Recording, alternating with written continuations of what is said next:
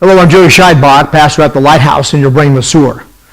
Let's talk about what's going on with these riots, responding to this business that happened with Keith Lamont Scott.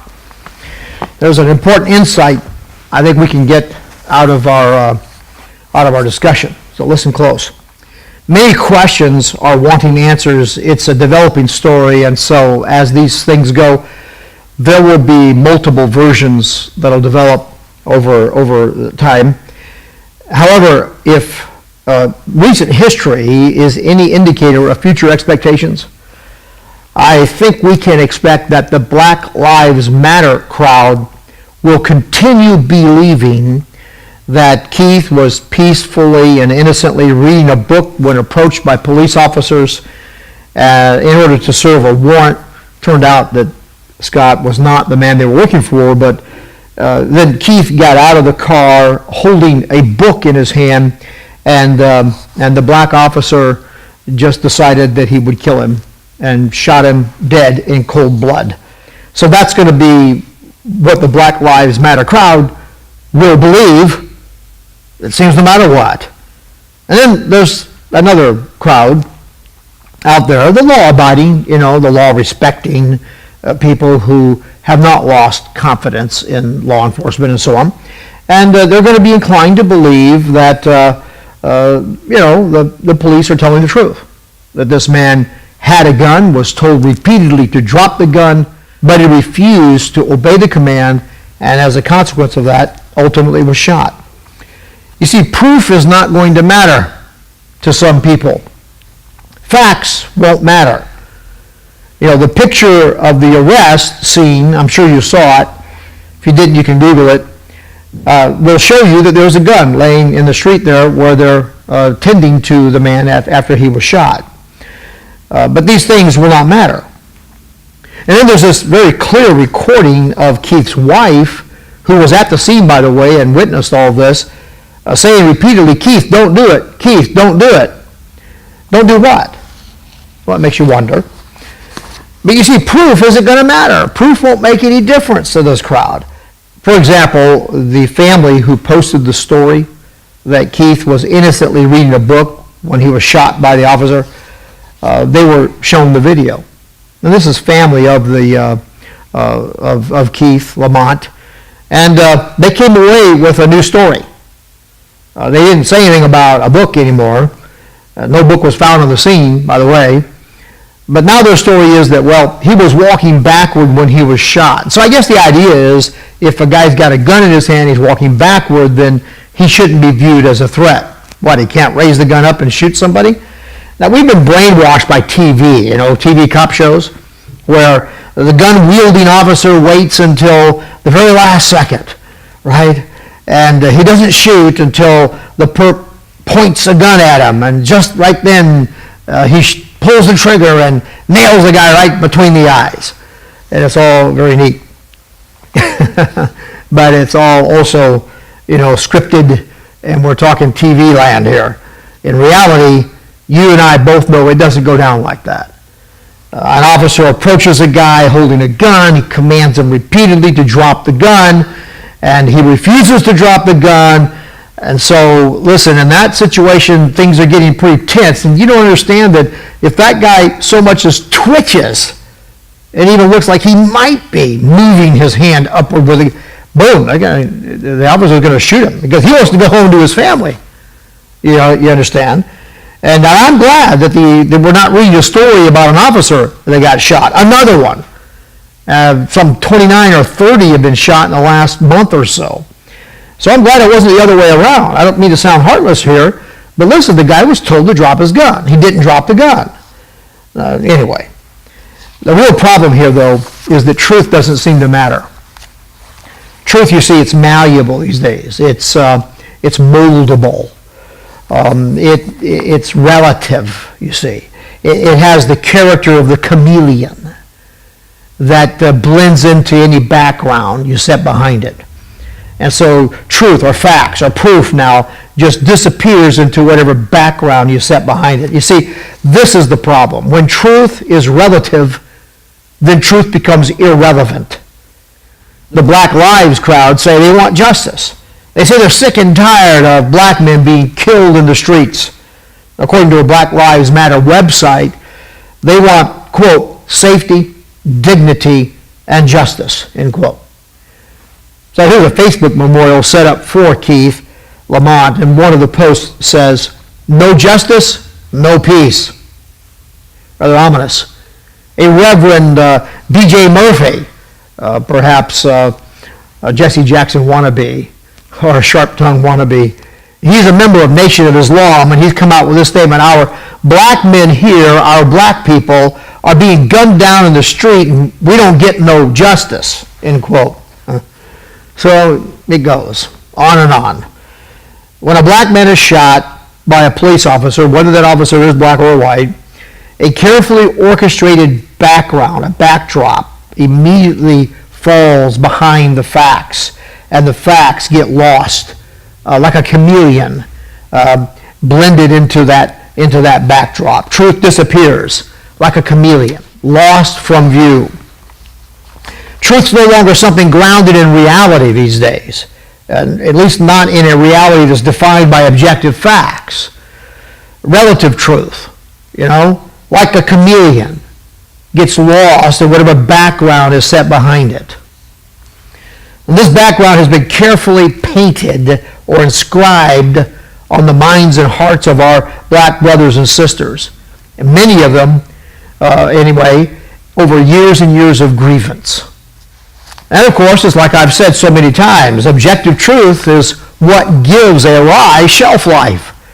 So let's take a look at the truth that is involved, and it's a part of this backdrop that gives life to the lie of the Black Lives Matter crowd.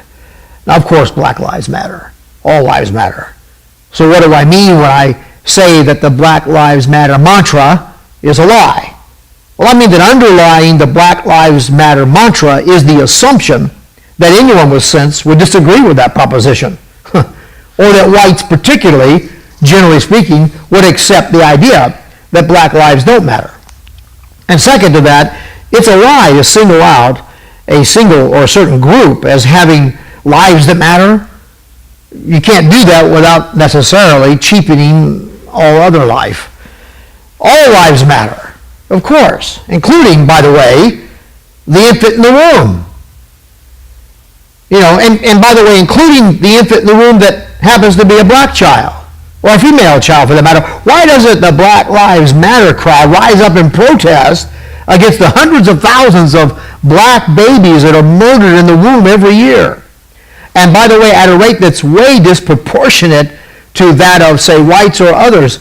That 4 black babies are aborted for every 1 white baby that's aborted. That's 4 to 1. That's practically genocide, especially when you consider the relative population in each of these groups. So a black baby is 4 times more likely to be aborted than a white baby. What's that about? So why don't the Black Lives Matter people say something about that? And who's killing these babies, by the way?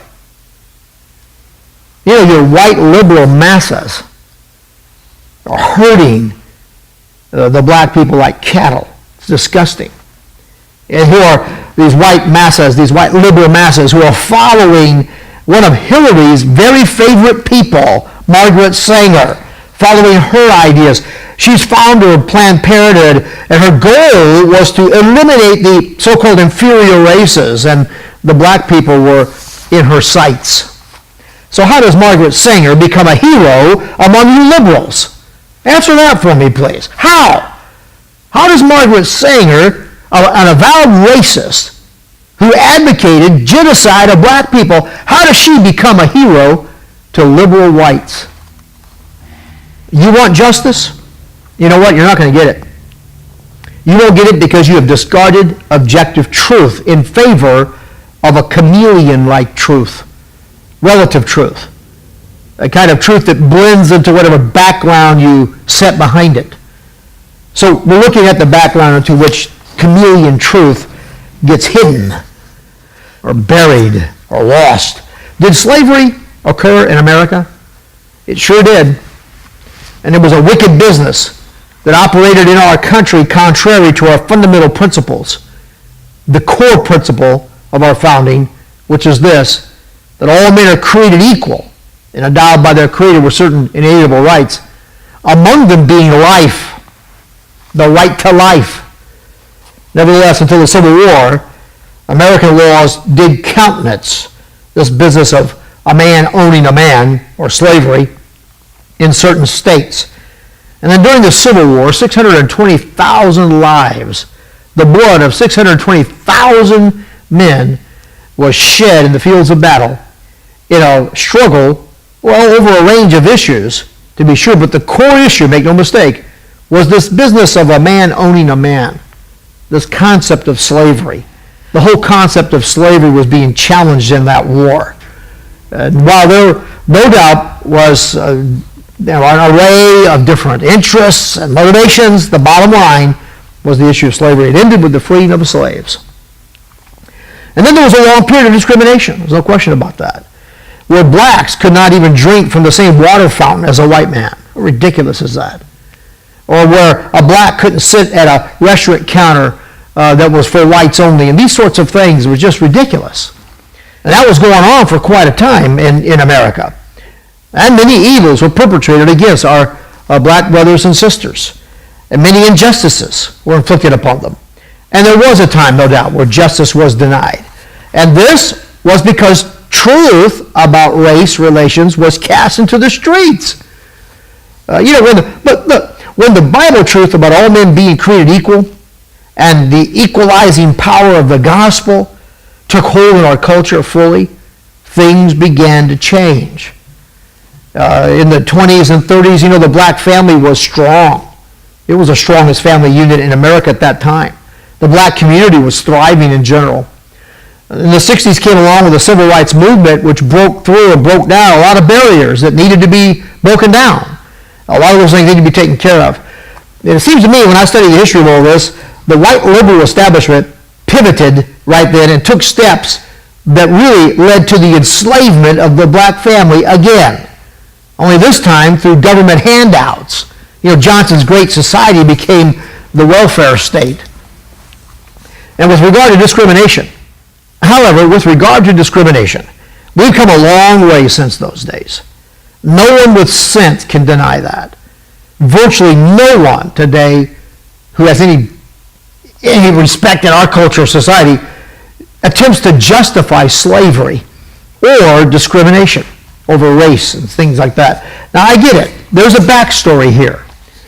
There is a background. There's a backdrop to all these stories of black men being killed in our streets by the power or the law. I mean, there was a day when it could be said that the law in America, or many parts of it, was the enemy of the black man. Today, they're trying to make it the enemy of the Christian. But that's another topic for another time. And for those who view truth as malleable, as relative, as having the character of the chameleon, well, for those folks, it's easy to understand how truth, how facts, how proof can get lost in that background. But here's the problem. The background used by Black Lives Matter is not the whole truth and nothing but the truth. Our colleges, our media, and just about the entire culture has cherry-picked scenes out of our history and put together a collage that presents an image of America that's not true, that creates a false impression. And it has been inscribed upon the minds and hearts of our black communities, or at least a large segment of the black community. And these images are intended by these people to provoke rage and anger and to gender malice for generations. Now, if you add to all of this breakdown of truth from being objective, from being seen as centered in a person, Christ Jesus, as being revealed in a book, the Bible, as being articulated and communicated in our communities by the Holy Ghost through the preaching of the gospel, well, then you come up with this idea that truth is relative. that it is like a chameleon. It disappears in whatever background you set behind it. And then what happens is this. Facts no longer matter. Proof no longer matters. All that matters is the fabricated background image that's been inscribed upon the minds and hearts of so many that it becomes, well, as they say, their truth. Facts get lost in the background. Many black families have inscribed on their heart by liberal white men mostly who want to make them into an army they can use to tear down America as founded. And we really need to wake up to all this. Wicked liars have infiltrated our universities and labored to establish a deceitful narrative regarding America. And they've created this huge lie that is repeated over and over and over and over and over again until finally people just simply accept it as the background, as, well, the truth. And it becomes fixed in our society, in our culture, in our minds and hearts. And you add to this, then, this humanist theory, as I've pointed out, that truth is not objective, where each person has his or her own truth. Well, listen, here's the point to all this. Facts, or proof, become irrelevant. Truth, like a chameleon, or relative truth, like a chameleon, disappears in the background. Relative truth is irrelevant. And in that environment, when a culture falls into this idea that truth is relative, well, facts lose all force in argument. And my dear friend, when facts or proof loses any force in argument, then the only thing left in argument is force. And that's what we're seeing happen. And in a case like that, justice cannot enter. Let's look at some Bible here. Isaiah chapter 59, 14 to 17. The Bible tells us in Isaiah chapter 59, beginning of verse 14, it says to us, "And judgment is turned away backward." It's like judgment is standing over there with its back to us. Judgment is turned away backward. Justice standeth afar off. It kind of moves away. It takes a position far out of our reach. And they're crying for justice, and what happens is when you lose truth and the reality of truth, justice stands far off. Judgment turns its back on us. And it goes on to explain why. It says it's because truth is fallen in the street, and equity cannot enter. It goes on to say, yea, truth faileth, and he that departeth from evil maketh himself a prey. And the Lord saw it, and it displeased him that there was no judgment. And he saw that there was no man, and wondered that there was no intercessor. I mean, you wonder, what's going on? Why is it there's somebody who will stand up and restore truth? And therefore his arm brought salvation unto him, and his righteousness, it sustained him. For he put on righteousness as a breastplate, and an helmet of salvation upon his head, and he put on the garments of vengeance for clothing, and was clad with zeal as a cloak. Now you look at Ephesians chapter 6, 10 to 20, and you'll see that this breastplate of righteousness, this helmet of salvation, our feet shod with the preparation of the gospel of peace, the sword of the Spirit in our hand, which is the word of God. God has, if you will, given to us this armor, these artifacts of warfare. He came to restore truth, and he set up the church that he calls the pillar and ground of the truth. And he set truth upon that pillar. And he gave to the members of his churches the breastplate of righteousness, the shield of faith, the helmet of salvation, and shod their feet with the gospel of peace, and put in their hand the sword of the Spirit, and challenged them to go forward and to fight for truth. Now, when God saw the condition that prevailed in the culture of Israel back in that day, he knew the answer was, you got to have a man that'll rise up and stand in the gap, that'll intercede, and that'll take on the armor of God, the breastplate of righteousness, the helmet of salvation, and so on, and do the work of taking the sword of the Spirit and applying it to answer the lies of the wicked. And that's what needs to be going on right now. And so our Lord sent Christ, the embodiment of truth, who said, I am the way, the truth, and the life, and who declared, thy word is truth. And he left with us the breastplate and the helmet and the sword and so on. And we must band together, white, black, brown, whatever. Race is irrelevant in the gospel. All men are created equal in the image of God and endowed by their Creator with these unalienable rights. And we who believe the truth need to band together and rise up against these lies. Now, of course, that is what the Brain Massage show is all about, and it's what the ministry of the Lighthouse Baptist Church is all about. And it's what you, if you're a Christian, it's what you need to be all about. So, my friend, understand this basic idea. When proof, when facts lose their force in argument, all that's left in argument is force. What creates that situation? When truth is discarded, when truth, objective truth, biblical truth is cast aside, judgment turns its back on us, and justice stands far off. When truth is thrown in the street, we need to pick it up, put it back on the pillar, get back under the truth, and take the word of truth and go out against these lies and do valiant battle for the truth. That's something for you to think about.